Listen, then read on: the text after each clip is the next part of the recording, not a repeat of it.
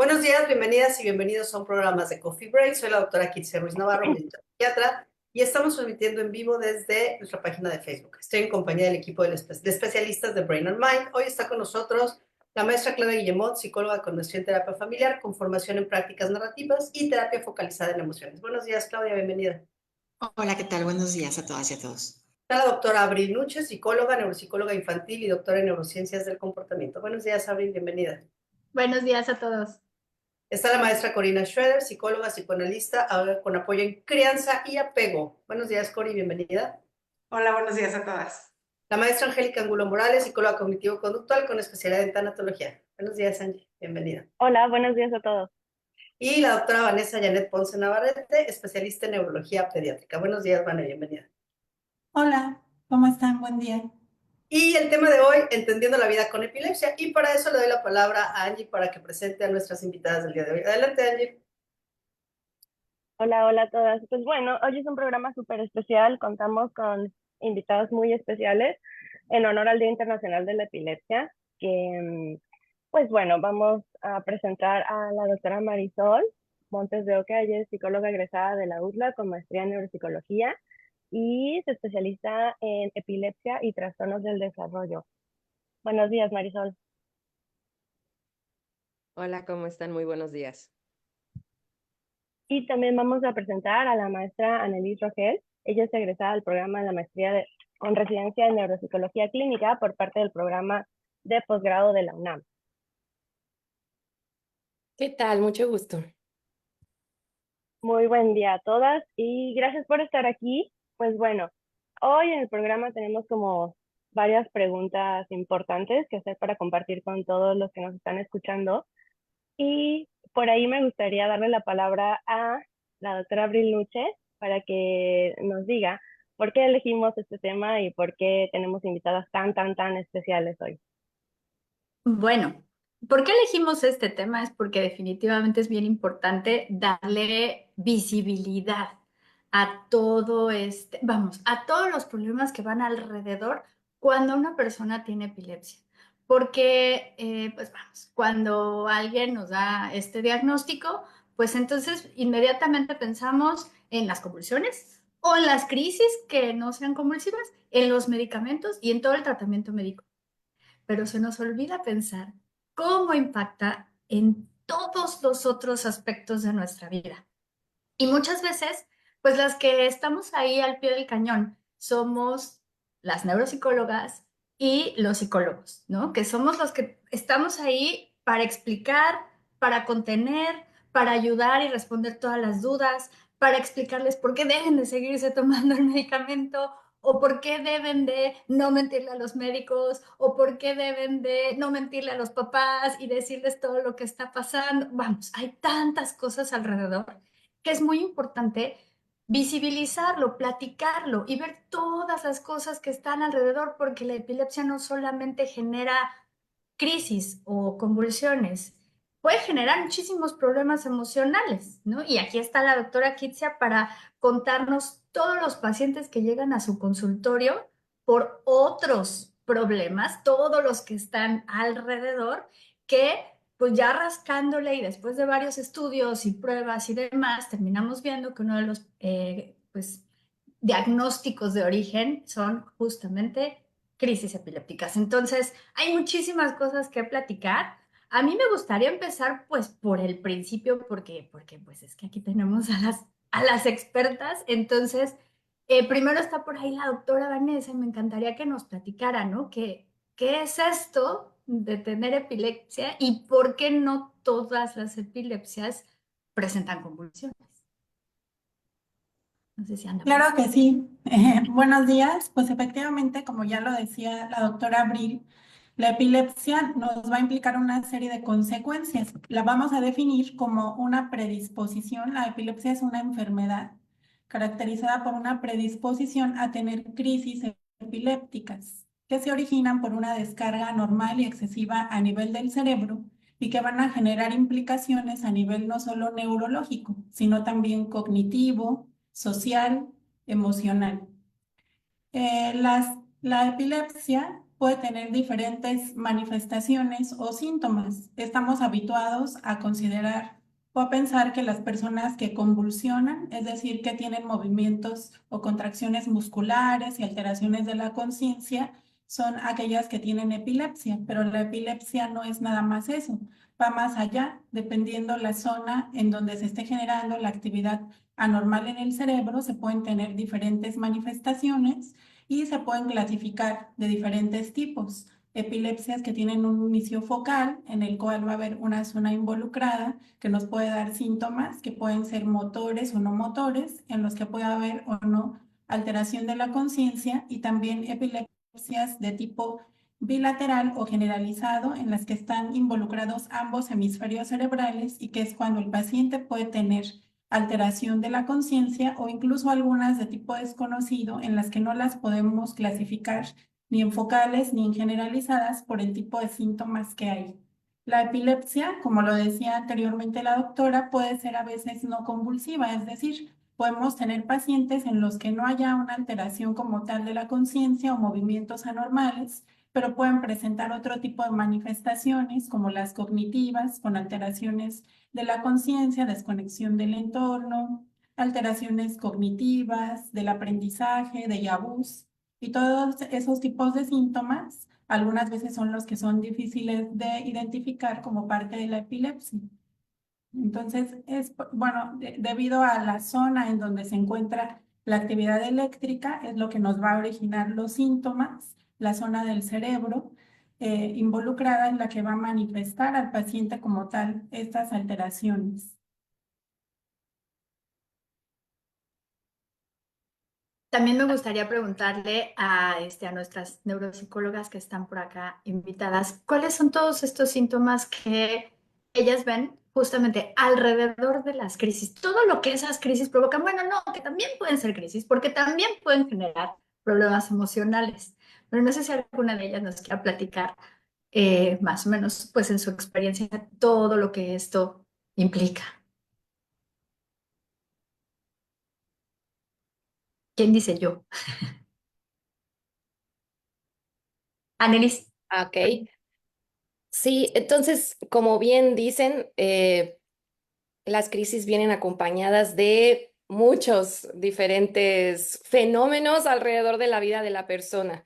Justo la neuropsicología, como se ha reportado en la literatura, es la perspectiva pues más holística o más comprensiva en la forma de abordar pues esta condición que pueden tener muchas personas. Es sorprendente lo frecuente que puede ser, y entonces es muy importante que se den estos espacios como los que están haciendo para que se cree conciencia, porque a veces hay desde síntomas muy peculiares que la persona dice, ay, jamás me hubiera enterado que pudiera esto ser una crisis. O hay veces que durante el sueño, ¿no? Y que hay parejas casadas que me han dicho, oye, qué bueno que duermo con mi esposo, si no, nadie me hubiera dicho que lo estaba yo pateando en la noche y que tenía yo movimientos anormales, ¿no? Entonces, desde ahí, importante considerar que pueden suceder en varios momentos del día, durante sueño o durante vigilia, que pueden ser síntomas vagales, que son síntomas vagales desde en el estómago, sensaciones de náuseas, o sensoriales como olores o ver luces. Entonces, siempre, pues es importante en caso de reportar algo que sea frecuente y que no lo detone aparentemente nada, una revisión neurológica, ¿no? Y además, como bien mencionan, pues la parte psicosocial se ve afectada, porque pues estas son epilepsias más focales, ¿no? Estas que estaba mencionando, o sea, con síntomas más aislados.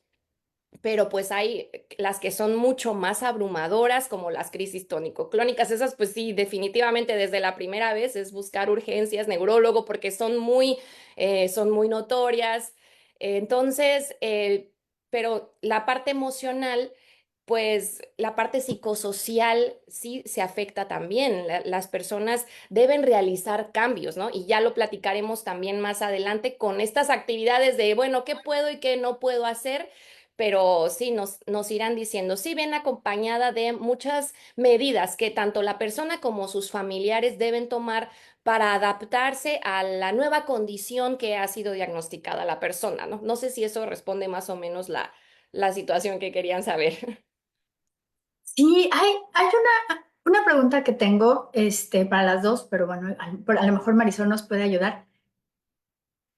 Muchas veces llegan a nuestros consultorios, personas, niños, podríamos pensar, pero también adultos, que tienen algunos síntomas que no tienen nada que ver con una crisis, porque justamente decías, ¿no? Lo más fácil es, una persona convulsiona, claro, tiene epilepsia, ¿no? Bueno, que no, debe de convulsionar al menos 2 veces, ¿no?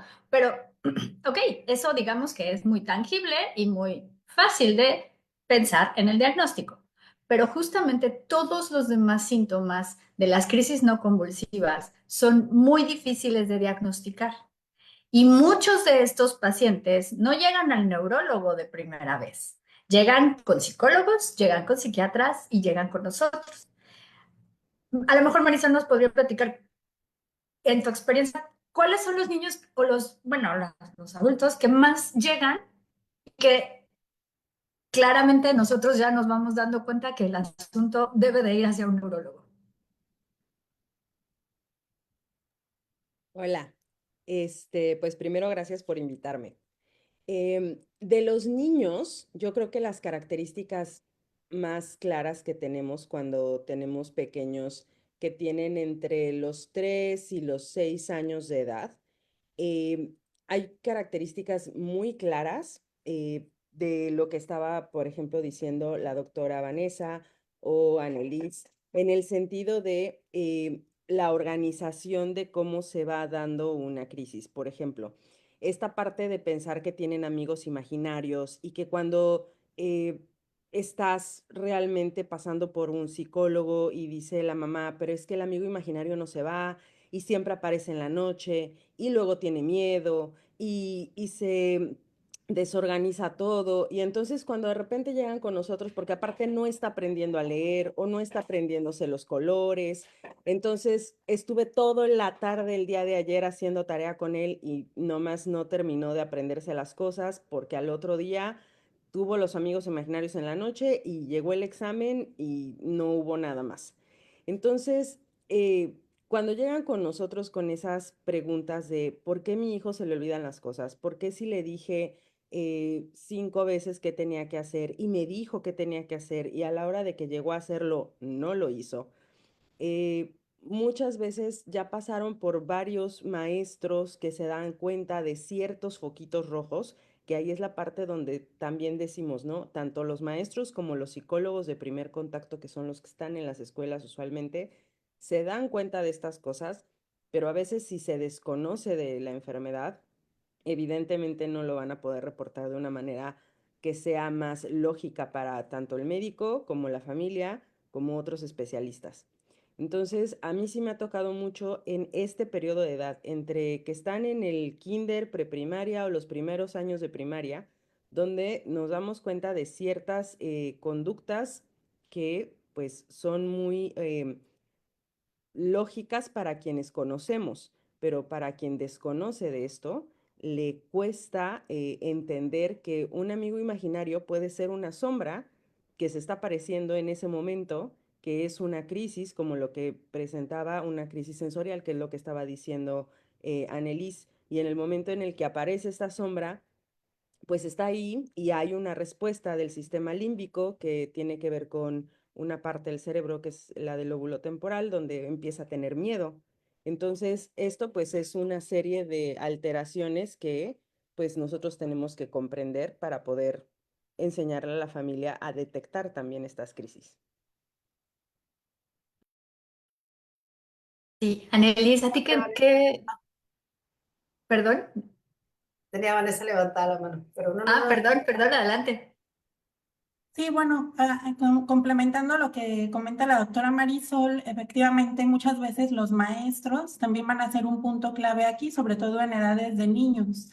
Cuando ellos no sé, les empiezan a avisar a sus mamás que ven que el niño se queda perdido, desconectado en la clase, es una señal también de que este pequeñito puede estar teniendo pues eventos de ausencia y muchas veces ellos son los que se empiezan a percatar como que no están atentos en la clase, aunque en realidad están teniendo esos episodios de desconexión súbito y corto, ¿no? Otra característica también en los preescolares o en el inicio de la edad escolar son las alteraciones del lenguaje, en las que algunas veces pues la familia o en nuestra sociedad es muy común que tenemos pequeños que tienen algún desfase o retraso en el desarrollo de su lenguaje y es común decir, no, déjalo, espera, que ella va a hablar al igual que su primito y en realidad cuando algunas veces ellos ya acuden a una evaluación psicológica o neuropsicológica, se percatan ahí los especialistas de estas dificultades que no es solamente el tema del lenguaje, sino que está acompañado ya de otros déficits cognitivos y que al realizar estudios o la evaluación neurológica, pues sí se llegan a encontrar ahí los focos epileptógenos. Entonces, también este tipo de alteraciones del lenguaje y aprendizaje, como ya lo decía Marisol, pues nos van a orientar hacia este tipo de situaciones, sobre todo en niños. También en adolescentes, otra característica que puede manifestarse, sobre todo en las mañanas, en algunos de ellos son movimientos de las extremidades que ellos no pueden controlar. Por ejemplo, se despiertan, se van a lavar los dientes, se van a peinar y de repente avientan el cepillo de dientes, el cepillo se les cae y a veces los papás piensan que es un juego, ¿no? Han llegado pacientes en donde dicen los papás, no, pues yo pensé que quería llamar la atención, que estaba de rebelde porque al despertarse, o sea, me aventaba el cepillo, aventaba el vaso. Y realmente ya, pues igual a veces los maestros llamaban a los padres para comentar que no están atentos, que se están desconectando frecuentemente, hasta que a veces este grupo de pacientes, que normalmente pueden ser adolescentes, tienen un evento ya francamente convulsivo, en donde, pues al presentar ya crisis de ausencias recurrentes y algunas mioclonías, que son estos movimientos bruscos, terminan teniendo ya finalmente una crisis. Entonces, pues es muy importante tener atención, pero como lo decía Marisol, pues en una persona que a lo mejor no tiene este tipo de formación puede pasar desapercibido. Por ello es tan importante la comunicación, sobre todo a nivel escolar. Yo les diría que primero hay que creerle a los maestros, porque pasa mucho que los papás lo primero que hacen es descalificar lo que dice el maestro. Es que no es cierto, es que no sabe manejar al grupo. Eso lo escucho todos los días. Es que no, no, no, o sea, es que él es el que no sabe. Él es, oye, ya, ¿no? Es que no, no, no sabe. Y la escuela es la que tiene la culpa.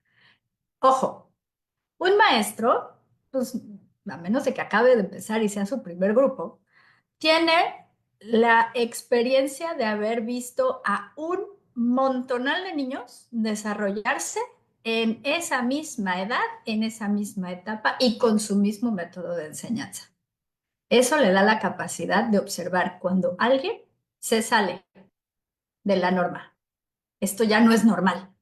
Esto ya, aquí está pasando algo, porque esto ya no. O todavía no logra esto, todavía no logra el otro, y ya debería, ya a esta edad ya se nos sale de lo normal. No debemos demeritar la experiencia de un profesor, porque ellos saben observar y ellos si nos están diciendo algo es porque algo está pasando, no nos están diagnosticando, eso sí, aguas, ¿no? O sea, el maestro que dice, es que este niño tiene TDA, ahí sí ya no, pero sí el maestro que dice, aquí está pasando algo y necesitamos que vayan a revisarlo, porque algo está pasando. Eso es lo que tenemos que ver y tomar y hacerle caso. Creo que por lo que pierden credibilidad es porque no todo trastorno de comportamiento es TDA, ¿no? Entonces, o la experiencia de yo no veo niños, pero veo a los papás de los niños, ¿no? Te dicen, es que la Miss me dijo que mi hijo tenía TDA y me mandó al psicólogo, ¿no? O me mandó al neurólogo, o sea, como, yo creo que es el cómo se les plantea, ¿no? Entonces, no todo trastorno de comportamiento, otro problema de comportamiento es TDA y tampoco todo problema de comportamiento es epilepsia. O Y con problemas esto, familiares. o problemas familiares, claro. Y con esto doy pie como a la siguiente parte, ¿no? Es cuando detectamos o cuando se detecta una probable epilepsia y donde, como ya nos explicaban, muchas veces es el comportamiento, ¿cuál es el camino a seguir? ¿No? Porque entonces yo les quiero contar qué es lo que veo desde acá. Digo, ni veo niños ni soy experta en epilepsia, pero yo lo que veo es que o los mandan al psicólogo de la escuela, que generalmente son psicopedagogos y no demerito su profesión, ¿no? Pero no tienen la experiencia clínica propiamente, o terminan en el neurólogo, directamente al neurólogo, ¿no? Entonces, ¿cuál sería el caminito como más, o el que está normado, pues, para la evaluación de cuando, no sé, se sospecha que hay una probable epilepsia? No sé quién me quiera contestar. Aquí están las expertas. Adelante. Gracias. Adelante, Annelise. Creo que depende de la sintomatología del, en este caso, niño o adolescente, de lo que estamos hablando, ¿no? Si son como se mencionaba, algo, una crisis ausencia, es muy probable que empiecen con, es que tiene TDA o falta de atención, no, tiene bajo rendimiento académico y entonces la primera persona, el primer profesional que lo vea sea un psicólogo. Y es muy importante que como psicólogos conozcamos un poco, al menos, sobre qué puede estar pasando, ¿no? Hay una pérdida de conciencia, el niño se queda ido y por más que le aplaudan, por más que llamen su nombre, no responde. Esto va a dar mucha pauta, no, pues posiblemente, o sea, eso no tiene que ver con este trastorno del neurodesarrollo, TDAH, ¿no? Sino es algo más neurológico y es importante. Yo considero que la aproximación a la epilepsia debe ser holística, pero sí, como psicólogos, es muy importante que el paciente tenga crisis controladas, ¿no? Para poder notar el avance. O sea, si esa parte no queda bien, ¿no? No está bien medicado. O sea, por eso es tan importante el trabajo en equipo, ¿no? Si nuestro pacientito no está bien medicado, está presentando crisis continuamente, en lo que podamos avanzar en una sesión se va a echar para atrás, ¿no? Si el paciente está presentando nuevamente pues estos disparos, ¿no? Desorganizados que no le ayudan a consolidar memorias, que no le ayudan en su regulación emocional. Entonces, sí, por eso muy importante que el paciente tenga pues, digamos, su salud estable. Ese es el primer peldaño. Y sí, posteriormente o casi en paralelo, pero con un apoyo fuerte en la parte médica, pues el psicólogo pueda abarcar desde la parte familiar y la parte psicoeducativa, la parte cognitiva y entre otros temas que vamos a ir tocando, ¿no? Pero yo pienso que así sería, no sé qué piensen mis colegas, ¿no? Adelante, Vané.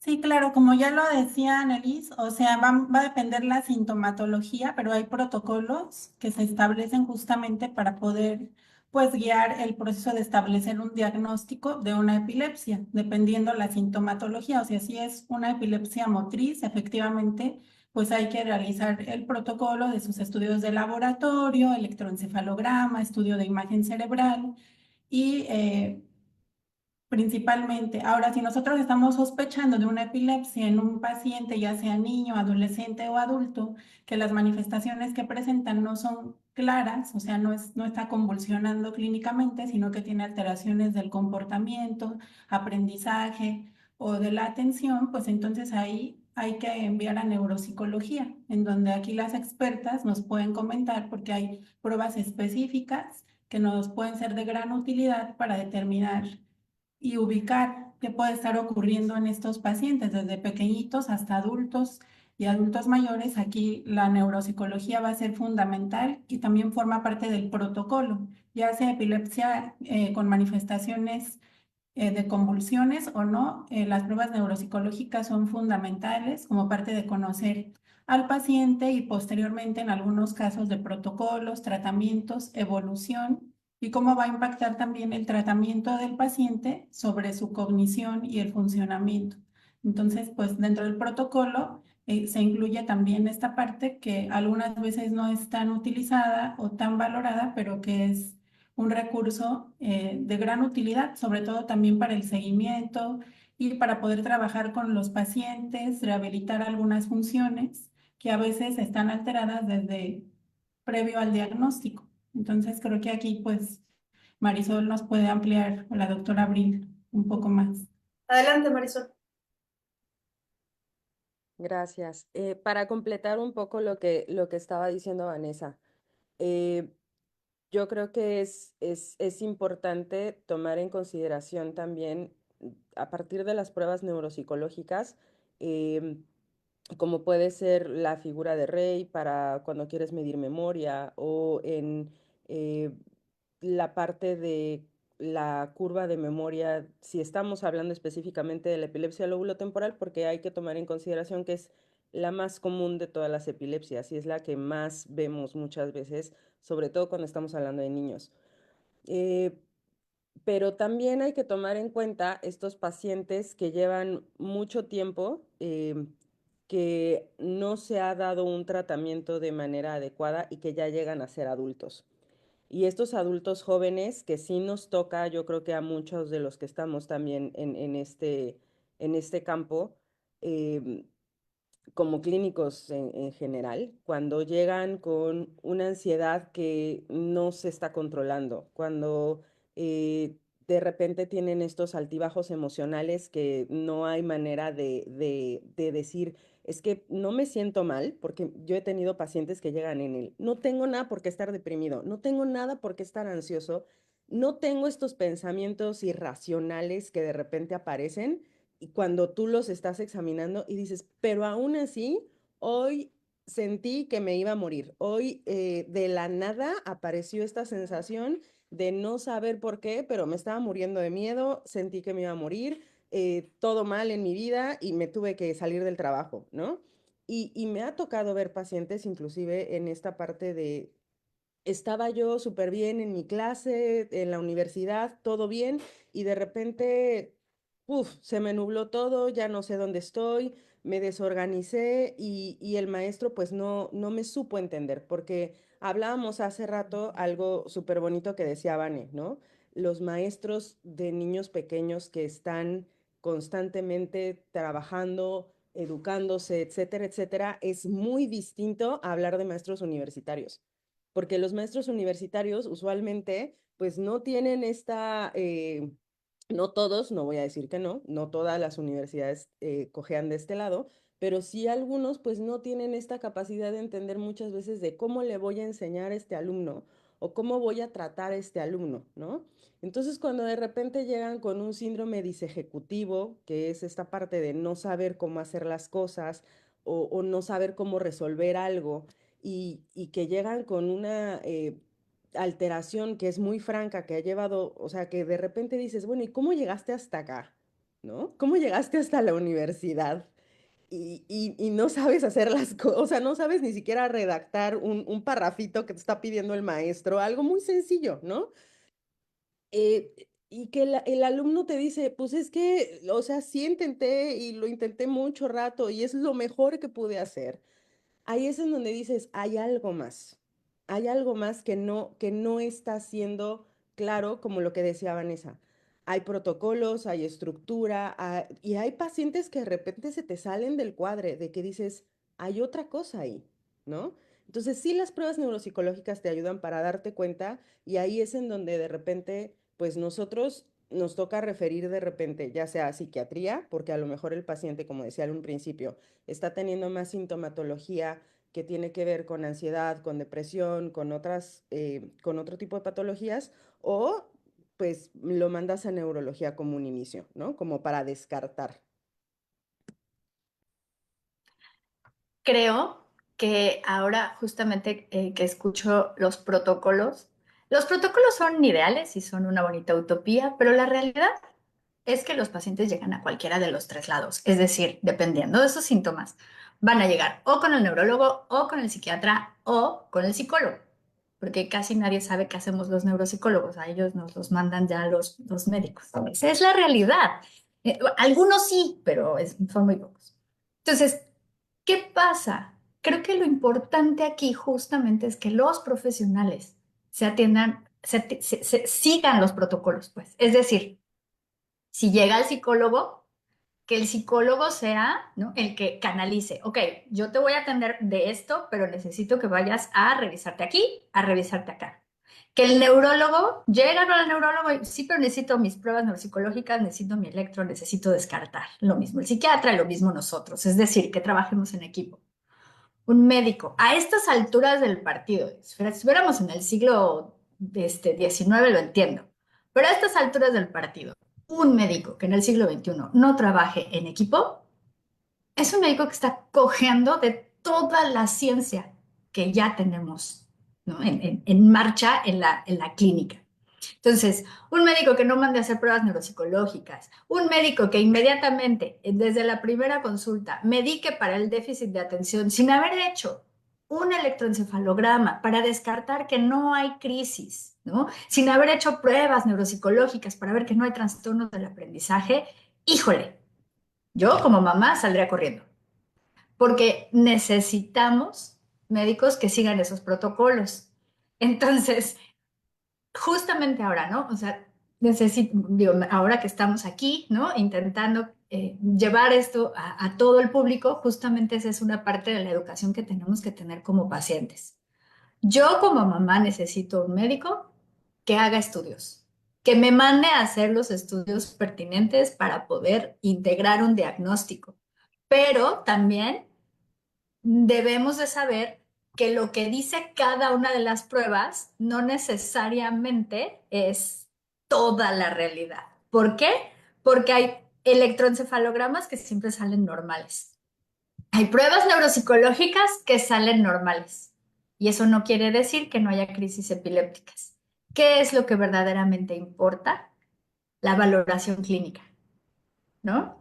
Es decir, lo que el médico está integrando de todo lo que está viendo, de todo lo que está, de todo el conocimiento que tiene sobre todas las pruebas que tiene enfrente y entonces emite su diagnóstico. Médico, porque puede ser neurólogo o puede ser psiquiatra. Y es un poco, ¿no? Y parte de lo que dice Abril, ¿no? La clínica no sustituye absolutamente a nada. No, al menos en psiquiatría, cuando llegan los pacientes con síntomas más del comportamiento, pensamiento y emociones, hay un apartado de nuestra historia clínica inicial, ¿no? Que antes se le llamaba como preguntar síntomas orgánicos, ¿no? Que así como tenemos una semiología para preguntar depresión, ansiedad, antiguamente se le llamaba síntomas orgánicos, ya no le llamamos así porque ya entendemos que todo es orgánico, pero son preguntas que van muy dirigidas a ver si los síntomas pudieran tener algo que ver con actividad eléctrica normal.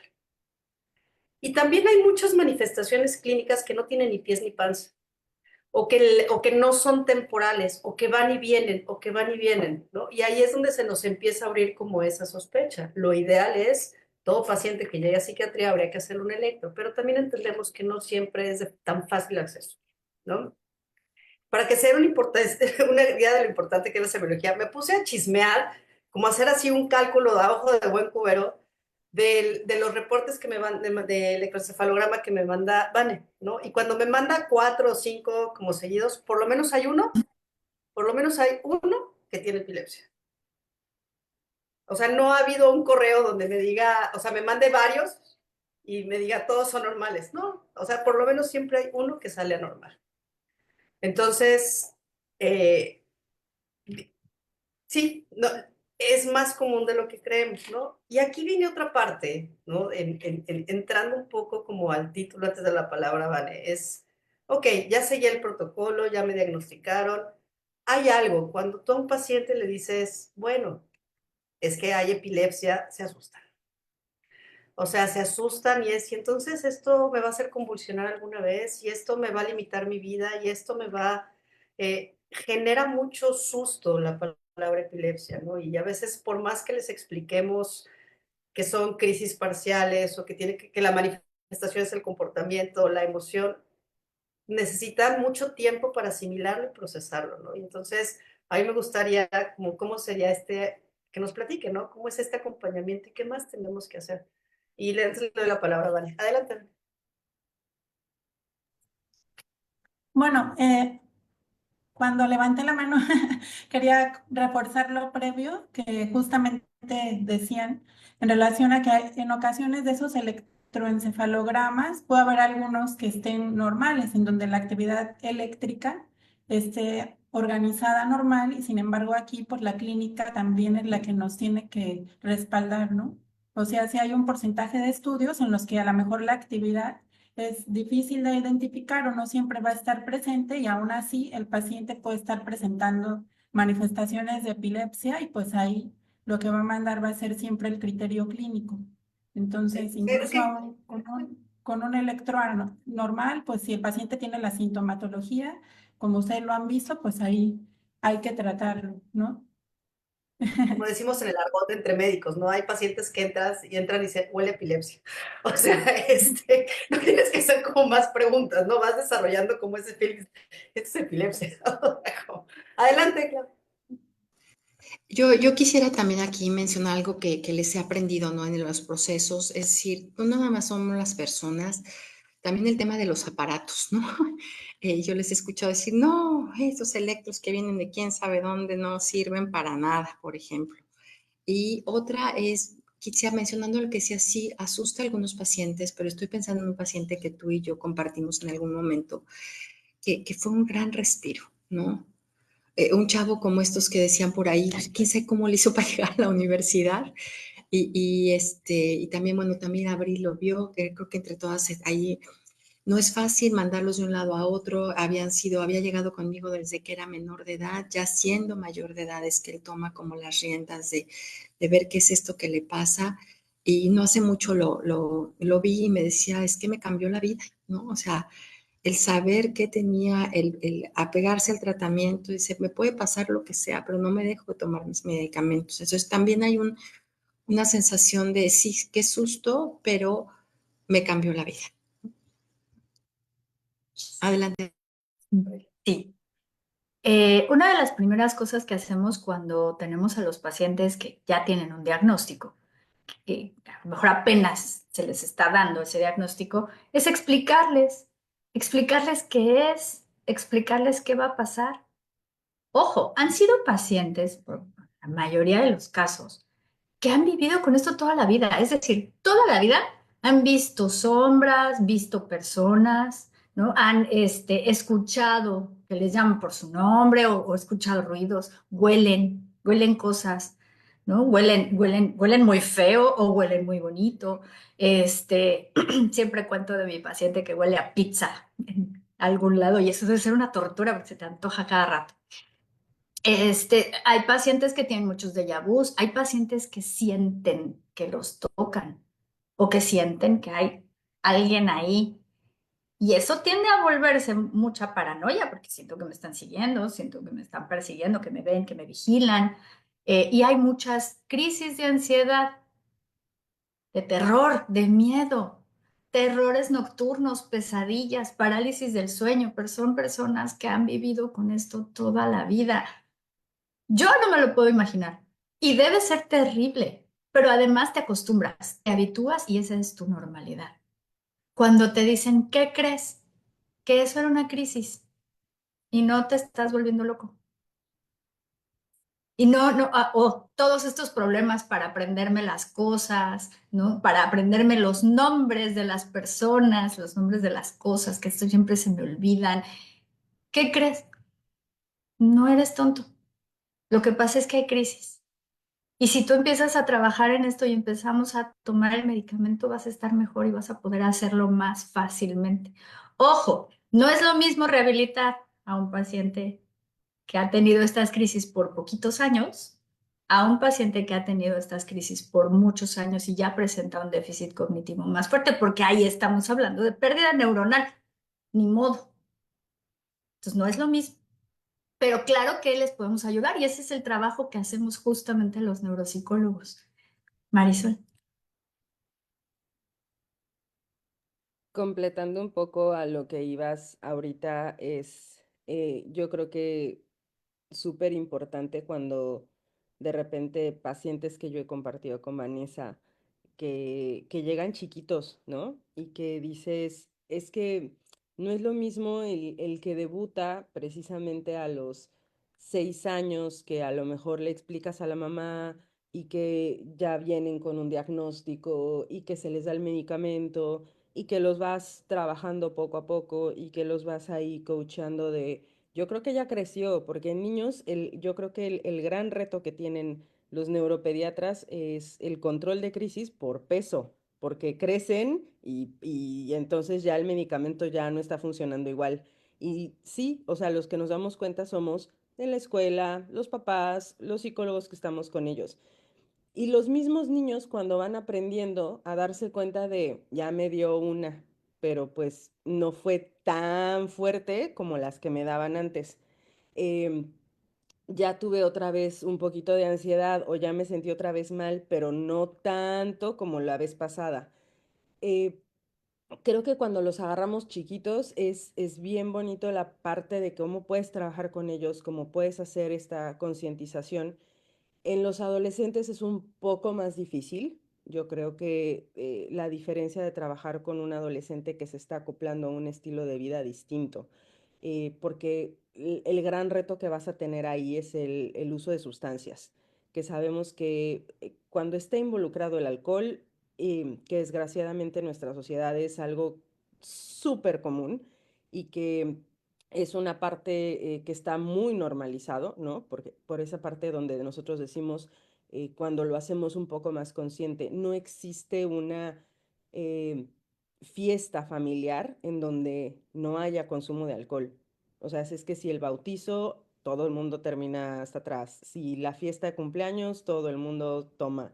Entonces, una persona que hace conciencia de que no puede consumir esto y que está empezando a querer formar parte de los adultos y que está empezando a formar parte de su identidad y que le dices, no puedes tomar esa sustancia porque no puedes convivir, pues sí causa un desajuste y yo creo que aquí la parte de la psicología clínica, ahí no somos neuropsicólogos, ahí sí tiene que ser el psicólogo clínico, entra y es bien importante hacer ese acompañamiento para ellos porque depende mucho, porque ahí sí la parte de dejar el tratamiento, de no tomárselo, de empezar a decir, bueno, es que ahorita no me lo voy a tomar hoy porque voy a salir con mis amigos y entonces me quiero tomar unas chelas y entonces ya me lo tomo mañana, ¿no?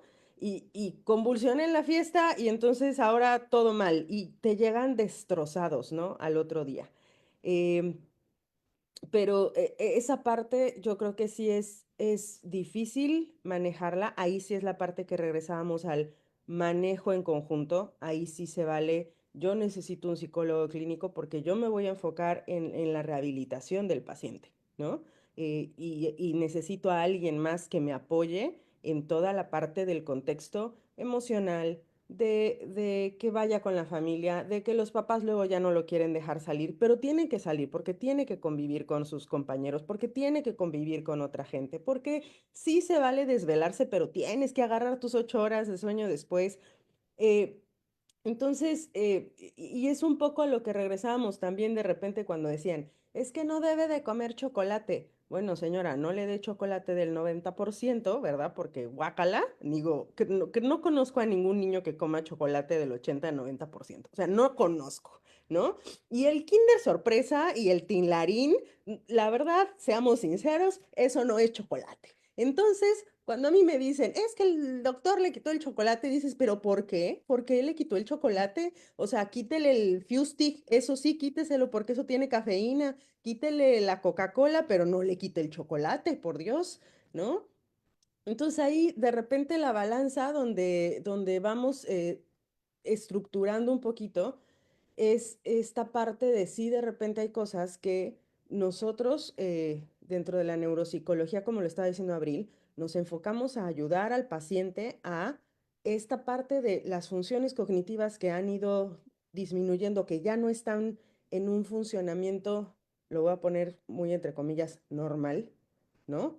Y que necesitamos trabajarlas un poquito más, pues a veces necesitas tú enfocarte en eso, pero yo sí necesito al psicólogo clínico o al conductivo conductual que me ayude a trabajar toda esta otra parte de no me siento querido por mis compañeros, siento que me están viendo feo, y de ahí luego empiezan todos los problemas que los adultos luego empiezan a tener de ansiedad, depresión, etcétera, etcétera, que van acompañados por, si no tuvimos un acompañamiento adecuado, en esta primera etapa, ¿no? De repente de dejarlos solos, porque muchas veces los dejan solos y es nada más tómate esto y vete a la escuela, ¿no? Ahí le paro. Adelante, Annelies.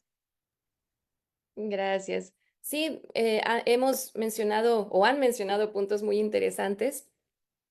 Como mencionaba Abril, estos pacientes que realmente llegan a una edad en que finalmente se les diagnostica, pero han tenido síntomas durante muchos, muchos años, incluso, o sea, ya por eso las crisis febriles en la primera infancia no se consideran así totalmente inocuas o benignas, sino que ya son un motivo para dar un seguimiento desde el inicio, ¿no? A los pacientes, a estos sistemas más sensibles en general que desde que les da una calentura ya están convulsionando, entonces, no, llevar un seguimiento más cuidadoso porque luego en la primaria tienen las crisis de ausencia que también se solían considerar más benignas, pero ya tenemos toda una línea, ¿no? En el desarrollo y llegan y ya, digamos que debutan con la tónico-clónica en secundaria, con todos estos cambios hormonales, o sea, es importante ya tener desde el inicio, en el desarrollo de nuestros hijitos, una observación de qué cosas se van señalando ahí, ¿no? Que son foquitos rojos desde el principio.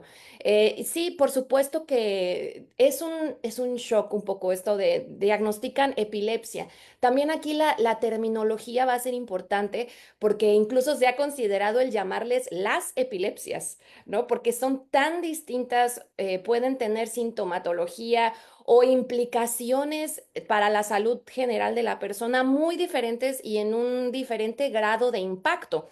De hecho, en algunos casos es tan inminente o tan evidente que la persona tiene una probabilidad de tener otra crisis, digamos que debuta con la primera, que ya no es necesario esperarse a que le dé otra, ¿no? Si la persona tiene una displasia cortical, se le hacen los estudios o tiene una lesión que ya se detectó, ya se le podría considerar epilepsia, ¿no? Para que esa persona pues ya se vaya trabajando pues con ese diagnóstico, que después de todo, como psicólogos o psiquiatras, pues hay un proceso ahí de duelo también, ¿no? Si la persona siempre se ha considerado sana, decir, pues ahora ya no, ya tengo estos cambios que hacer en mi vida, que no necesariamente quiero, o sea, ahorita que la doctora Marisol decía de los cambios en la adolescencia, ¿no? Y no poder, por ejemplo, las bebidas alcohólicas o el chocolate también, he conocido neurólogos que ya no lo prohíben, pero sí otras actividades como deportes de alto riesgo, la natación o el parapente o diferentes actividades que pueden poner el riesgo a la persona. El conducir un vehículo también puede ser limitado en muchos casos, entonces sí, sí puede influir su vida. Eh, pero hay algo que constantemente refiero a mis pacientes y es del psicólogo Vygotsky, ¿no?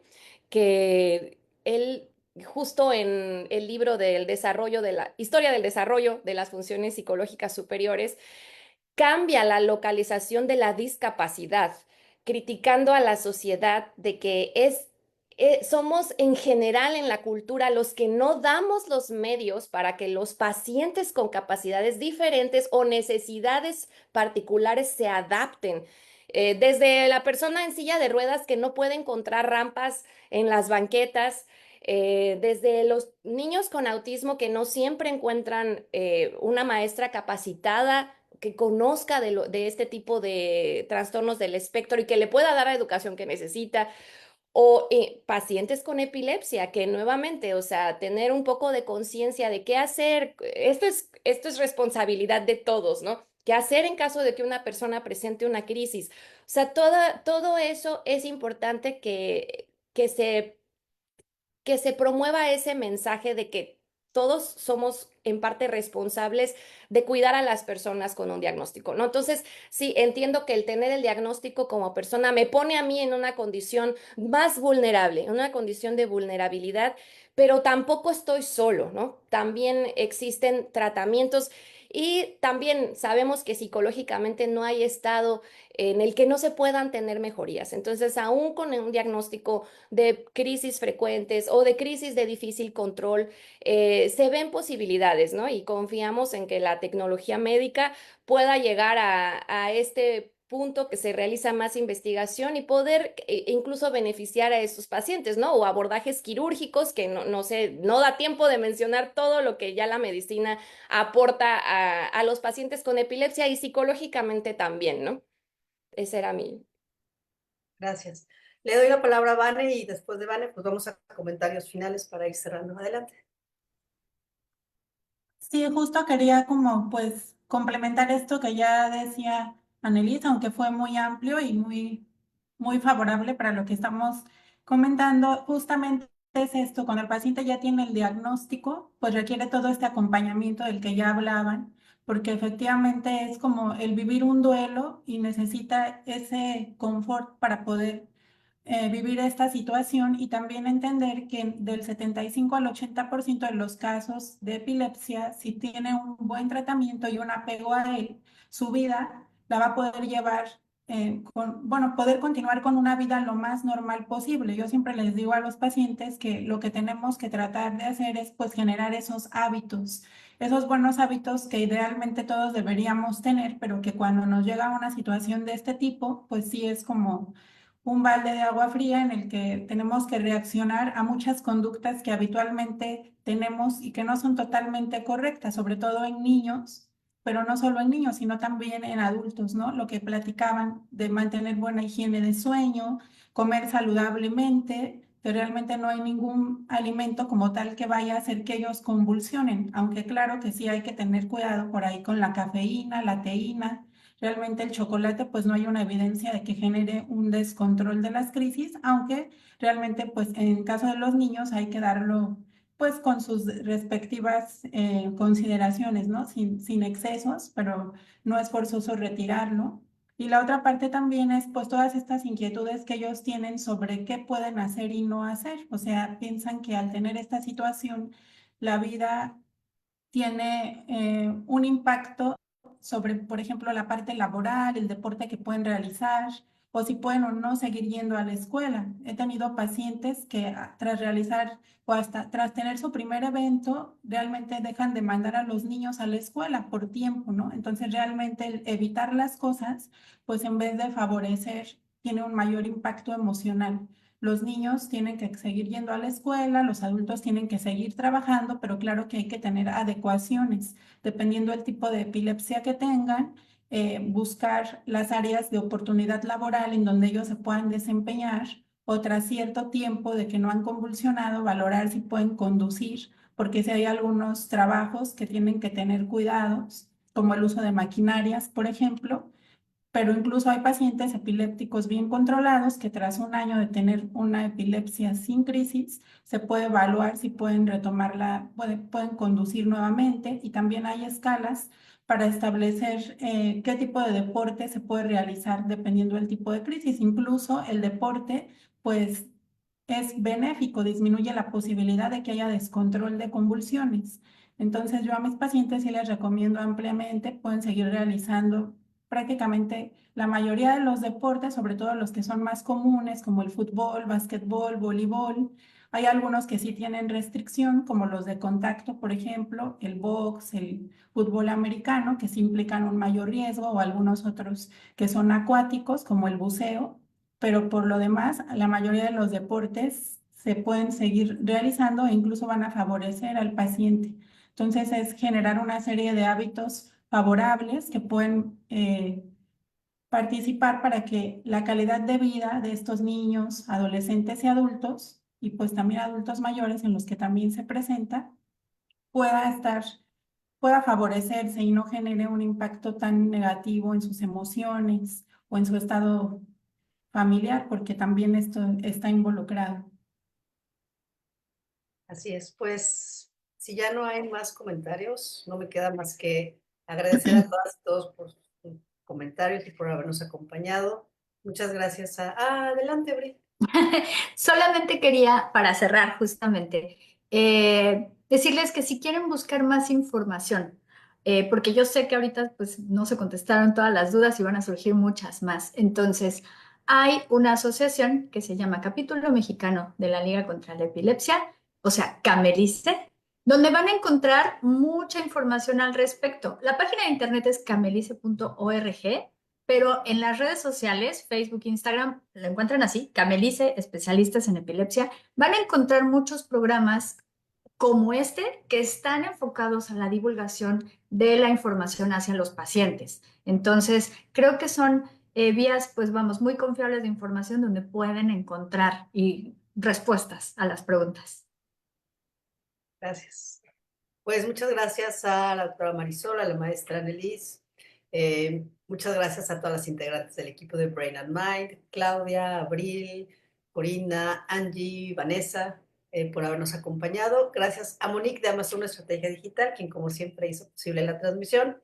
Les recuerdo que el programa queda grabado en nuestras redes sociales, Facebook, Instagram. Pueden encontrar toda la información de Brain and Mind.